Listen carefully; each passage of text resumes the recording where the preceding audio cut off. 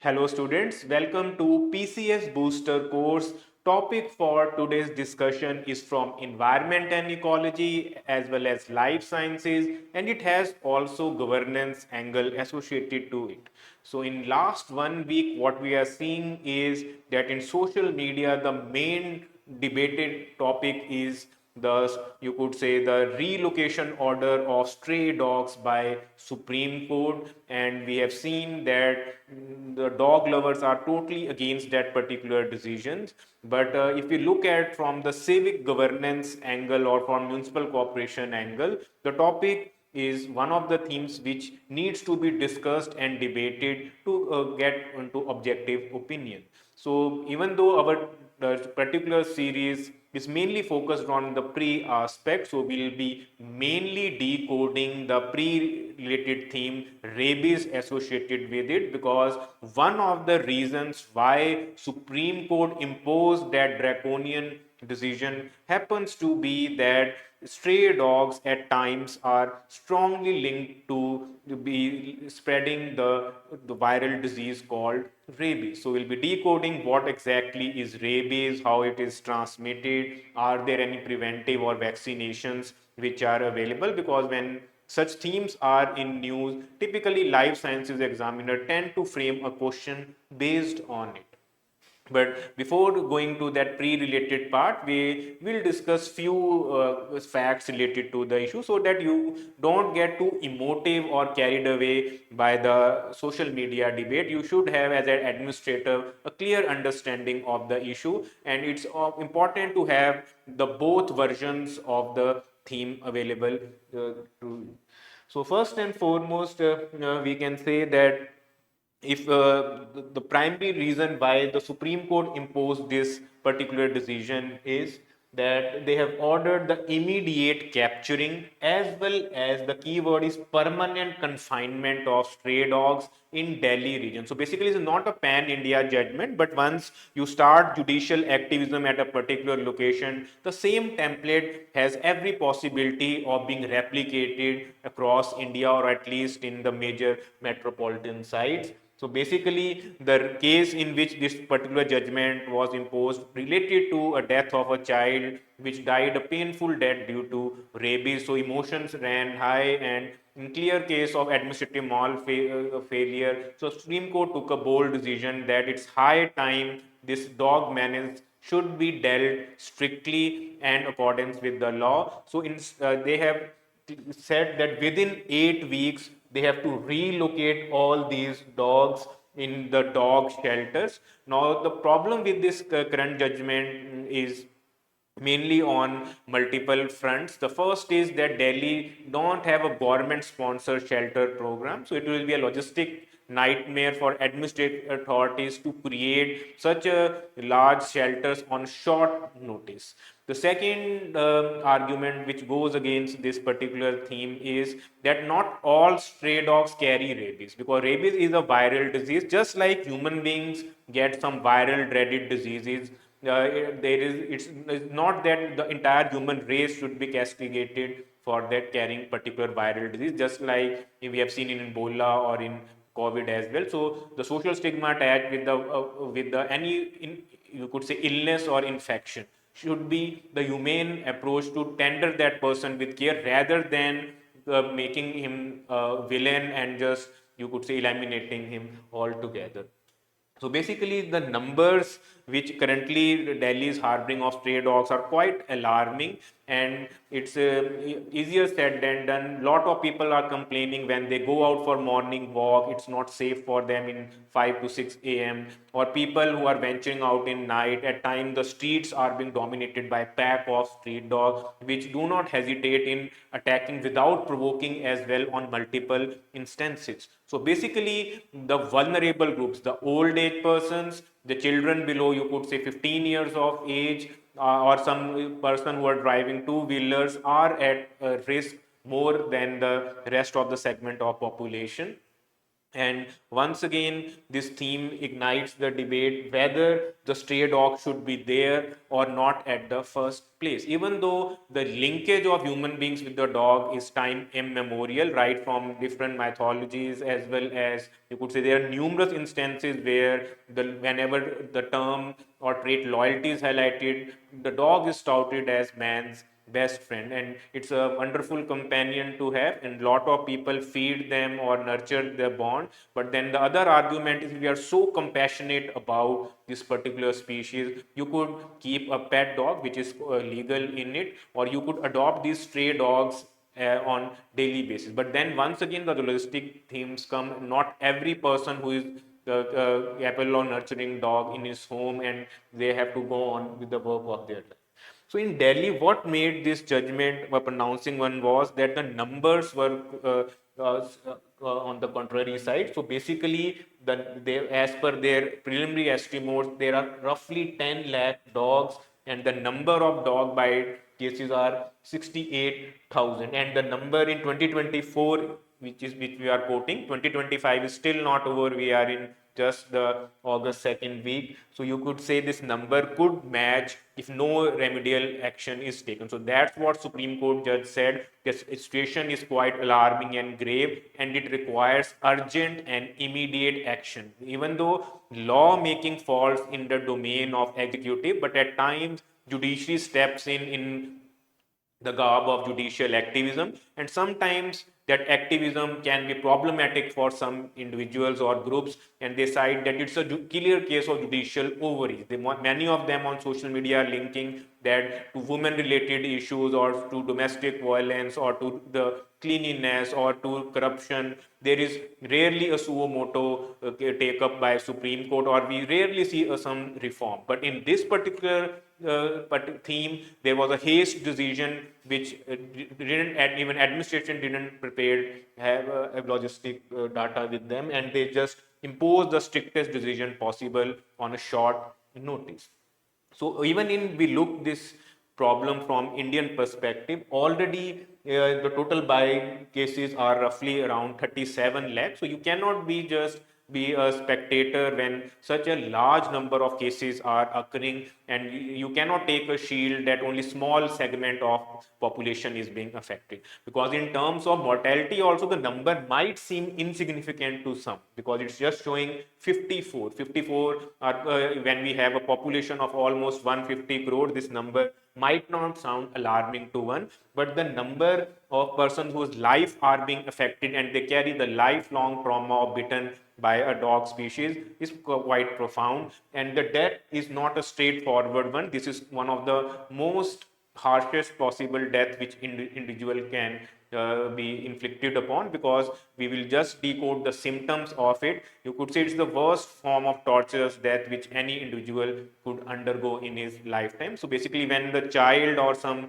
old age person goes through that traumatic death, it's worse than you could say any other possible injury or death cause. So basically we can say this situation has opinion divided. So make sure, instead of taking a one-sided stance just based on emotive topic, you should decode this problem holistically and develop a balanced opinion. Some of the dogs or the kennel species should be transferred to the stray dogs. Some of them can be adopted, they could be transferred, or the strict mass sterilization drives can be tried instead of just locating them at a single spot, where upkeeping of these such a large number will remain a problematic, and it's difficult to banish the entire race based on action of few individuals, which are always difficult to locate. Now let's just come to our main part, because particularly our domain is mainly catering to upcoming PCS prelims, which will be likely conducted on October 26. And we have seen every in PCS exam there is at least one question on diseases in news. So basically in this entire topic, the rabies word was used multiple times. So, and that's what the case was all about. So first of all, you need to understand what is the causative agent of this infectious disease, whether it's bacteria, virus, or fungi. So basically, it's a fatal zoonotic viral disease caused by the rabies virus, RABV, in short, which we call them. And at global scale, we have seen that WHO has touted this disease as a neglected tropical disease. Neglected tropical disease are set of diseases which are quite prevalent in, you could say, the developing and the underdeveloped countries, mainly concentrated in tropics, and there is no, you could say, economic vaccination or prolonged treatment available. So that makes these diseases quite complicated to treat them. And basically, the zoonotic word is also important. Zoonotic means any disease which infects animals but can be transmitted to human beings as well. So you need to understand, like recently foot and mouth disease was in news. We have seen Rajiv Gandhi Zoological Park in Pune. There was a death of almost 16 spotted deers. But that particular disease does not get the same limelight as rabies because it is not zoonotic in nature. There is no known case of foot and mouth disease which mainly affect cattle, sheep, goat, and other hoofed mammals like deer being transmitted to humans. So basically, you should be clear that any disease, when it will involve humans, you at that will see at alarming level of action from administration, because that's what administration and state and governance are created for. They need to tackle to the impending problems on priority, and that's their moral obligation under good governance practices as well. But any disease which is not directly related to humans, we tend to take it for granted. We rarely invest in those technologies, and we tend to just wait for tincture of time to heal them of their. Now, the first important reason why the dogs have been linked to rabies is because they happen to be the primary vector in the disease. Now, vector or the carrier are the terms which mainly refer to that a particular virus harbors in a body of a particular species, and when you come in accidental contact with that species, that particular disease is likely to be transmitted to human as well. So basically, in that particular species could be a super spreader, because recently also a couple of days ago, a particular dog became rabid. It bit a farmer as well as you could say a sports athlete who just come to his injury as well. So basically, in 99% of human cases, the dogs have been the main carrier of the disease. If it would have been some other species, probably this we could have adopted a more compassionate ground for this. So basically, for any common person, whenever they hear the term rabies, the first mental image that is created in their mind is of a stray dog which is salivating and is attacking some individual unprovoked, and it's biting, resulting into death. But in pre-point of view, you should be clear. If they frame any statement that only dogs can be carrier of rabies, that is absolutely wrong. The other carriers happen to be other mammalian species like cats, bat, raccoon, foxes, skunks, and livestock animals. Even though their frequency has been almost, you could say, minimal, but you have to be clear that you don't have to confuse this particular topic with the insects, because at times in dengue, malaria, kala azar, sleeping sickness, we tend to attribute these diseases to different species of mosquitoes like Aedes, or you could say anopheles, or at times the CC fly or sand fly. So basically, it's a large mammal which will carry this particular rabid virus in its saliva. As you could see on your screen, the vampire bats and dog wolf are the principal reservoirs, and the rhabdovirus is carried in their body. And once they bite in human being, their saliva carries the viral load, which once enters our bloodstream, it shows its dramatic effects. Typically, the main system which gets affected in rabies happens to be central nervous system. As you could see, the spinal cord and brain, which constitute our CNS, are affected, and neurons get eventually affected. So it spreads to different parts. The symptoms are quite visible in salivary gland, in the eyes, and the other organs. But eventually, the virus multiplies in our body, typically in muscles, and eventually it can lead to death.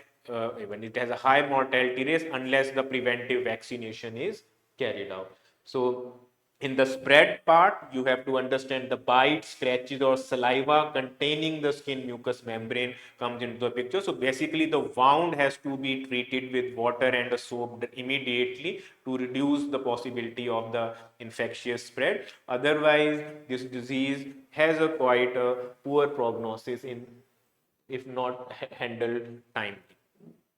Coming to the symptoms part, the symptoms part, it has one of the characteristic symptoms which makes it a quite a dreaded disease. We'll be highlighting that. So early symptoms are more or less like any viral or bacterial infection. It will start with high fever because that's body's natural response to any foreign antigen, followed by pain in headache, malaise. You will feel discomfort or you feel something is not right from internally, and you will see a tingling sensation at particular wound site, which is quite natural because dogs or the other animals which have been highlighted, they have sharp incisors and canines, so when they bite, the tingling sensation is automatically inflicted. But in advanced stage, after few weeks, are the real problematic features appear. So basically, there are two broad themes: either there is a furious rabies or paralytic rabies. Both are equally dangerous. In the first one, which is majority of the cases, you will see hallucinations, there will be hyperactivity, but the distinguishing features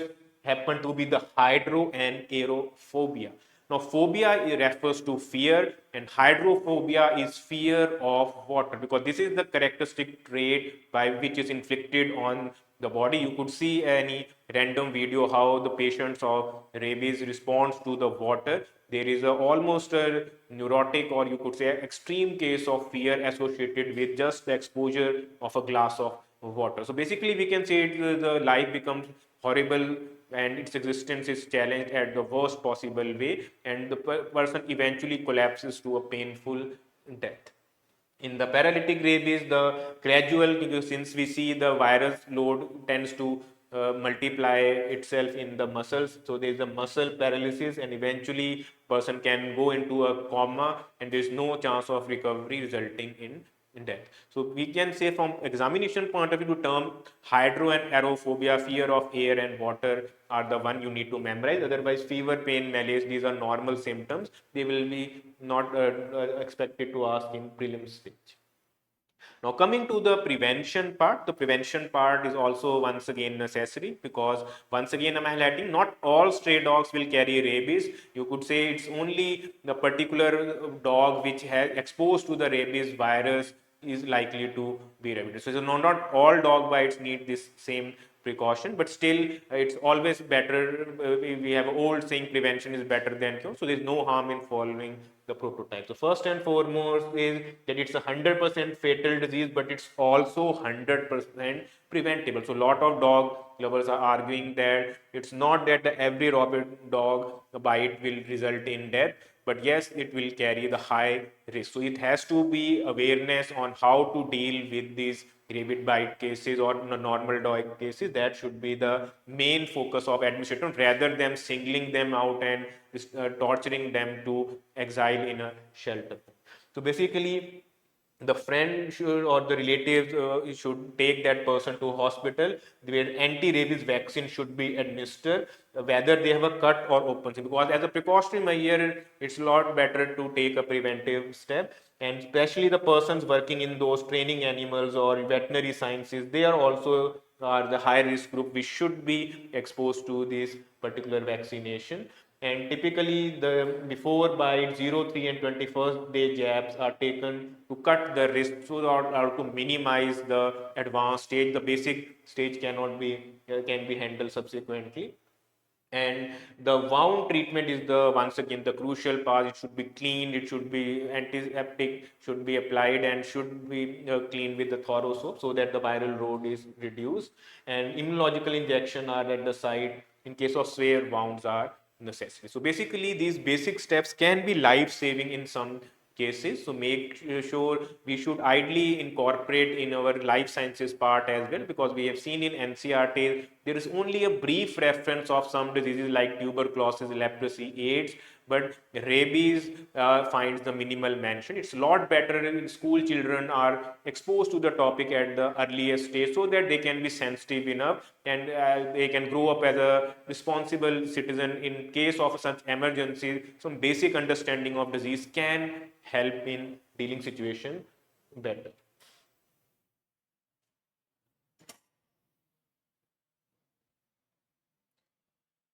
Now coming to the summary part.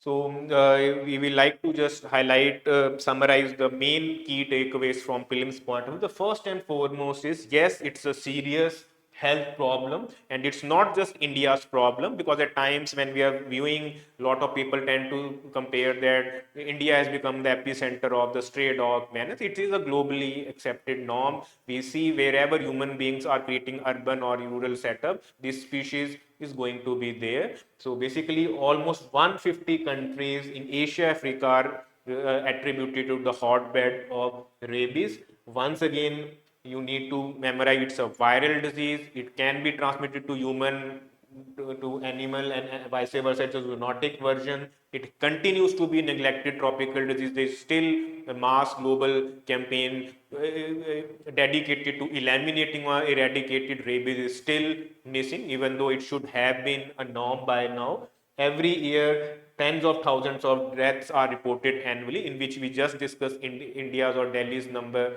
in which we had a minimal only. And the most vulnerable group continues to be children. Almost 40% cases under children under 15 are the most susceptible one. So that's what makes a problem an aggravating one, because we can't leave our children at mercy of some wild animal pack which is evolving with time, but at times poses risk as well. So the system affected is central nervous system, and we could see the clinical symptoms which we have discussed as of now, and it's fatal in majority of cases if not treated or prevented. And the common vaccines, they are on expected lines. In the word rabies is there. In biology, we typically use the word vax or vac for vaccine. So the Rabivax, Vaxirab, and Varorab. These are three most commonly used vaccine to contain the particular disease.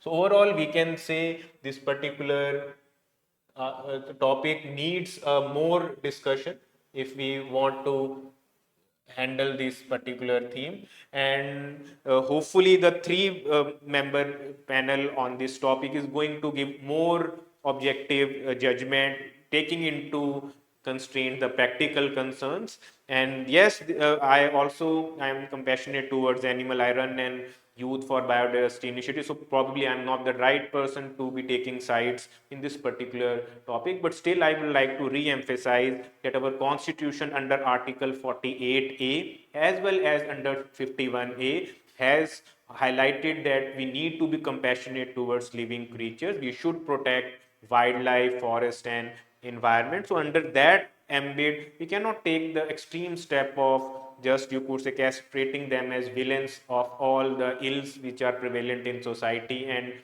selectively targeting them on such massive scale. So we need to draw the red lines little carefully by taking all stakeholders in consensus. A plausible solution could be a multi-pronged approach where vaccination and sterilization should be a norm. With the regions where the density has reached at alarming level, there is no harm in creating those shelter and relocating those species.